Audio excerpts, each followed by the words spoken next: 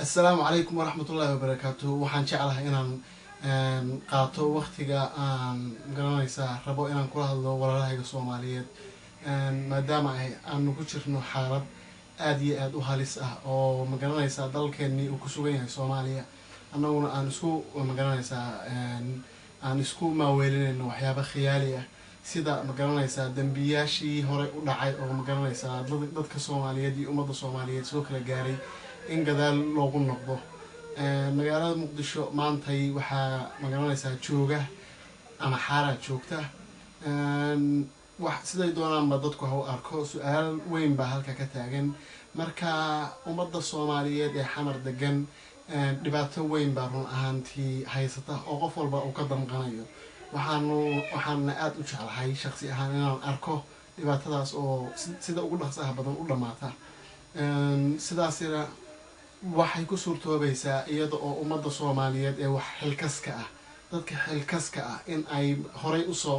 u soo istaagaan oo ay fadhiga ka kacaan oo u istaagaan badbaadinta ummadda Soomaaliyeed iyo dalka Soomaaliyeed waxaan ayaamahan maalbihii ugu dambeysay aan raadiyaasha iyo magaranaysa qalabka warbaahinta ka dhageysanayay niman waaweyn oo run ahaantii u muuqday inay magaranaysa odayaal yihiin oo haddana ku baaqaya in ummadda Soomaaliyeed ay haddana isku disho oo isku xasuuqdo iyadoo la adeegsanayo fal isir nacay anigu waxaan u arkaa odayaasha noocaasa inaysan xal u haynin ummadda Soomaaliyeed waxaan qabaa in laga faa'iideysto wixii xumaa baastigii aad u xumayd ee aan soo dhaafnay waxyaabihii hore u dhacay khaladaadkiina ka dhacay in laga barto oo magaranaysa aysan haddii ilaah kuu run yahay aanan kusii socon maalin walba khaladaadkii hore u dhacay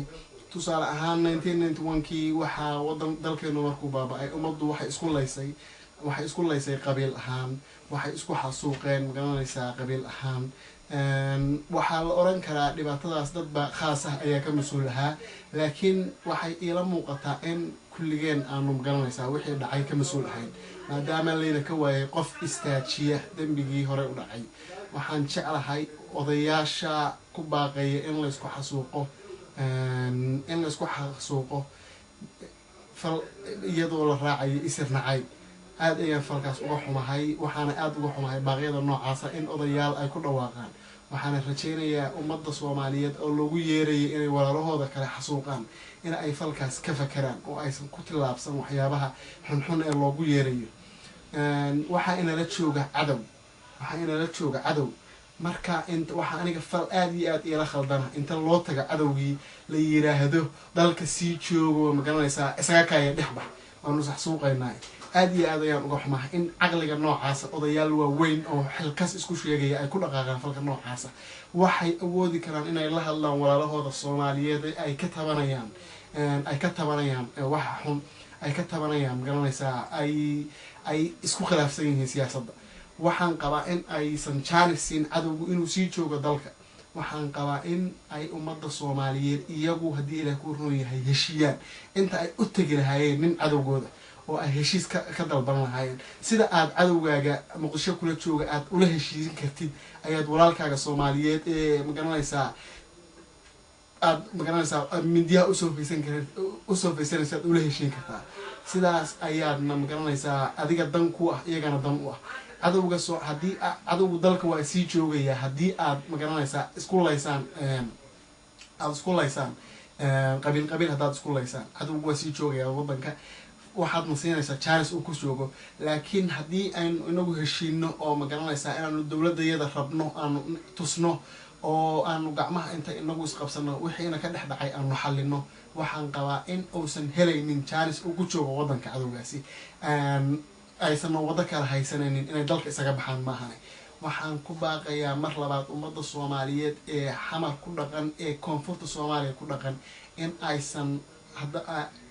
dhagaha u raaricin falalka xunxun ee loogu yeerayay oo ah inay galaan dagaal qabiili ah waxaana aad iyo aad uga xumahay mar labaad baan ku celinayaa odayaasha waaweyn oo dadka u yeeraya in khaladaadkii shalay dhacay in maanta lagu celiyo waxayna taasina tusinaysaa haddaan ummadda soomaaliyeed ee waxaa dhacaya ujeeda aynu nahay waxayna tusaysaa in ausan mudnayn nin jaahila in la raaco da-du doono ha jire in la raaco dadka waxbartay oo haddii ilaah kuu roo yahay nabadda diyaarka u ah waxaan dowladda ugu baaqayaa in aysan ummadda soomaaliyeed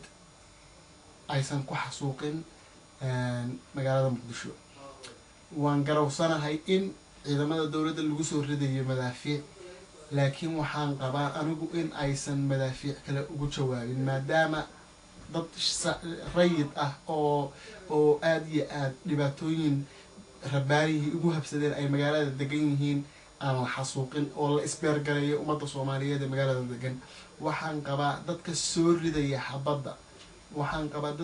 ridaya xabadda in lala hadli karo layskana dhex saari karo waxaan sidoo kale ugu baaqayaa dadka xamar jooga ee guryahooda laga soo ridayo madaafiicda in aysan garab siinin nimankaa soo ridaya madaafiicda ee ay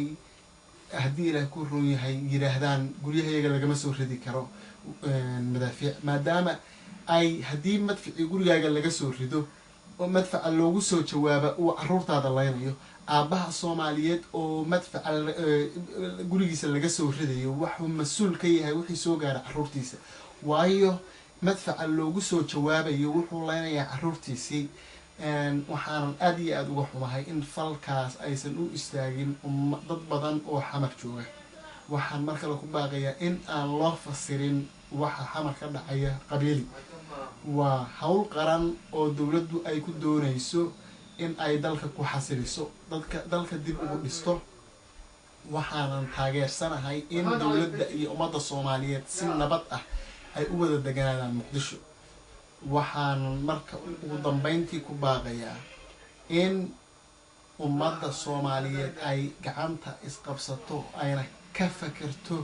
waxaa muqdisho ka dhacaya aysanna marna u fasiranin arrin qabiileed waayo ummadoo dhan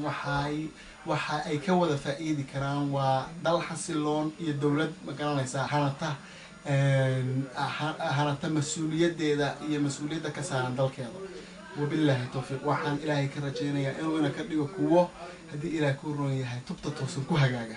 wassalaamu calaykum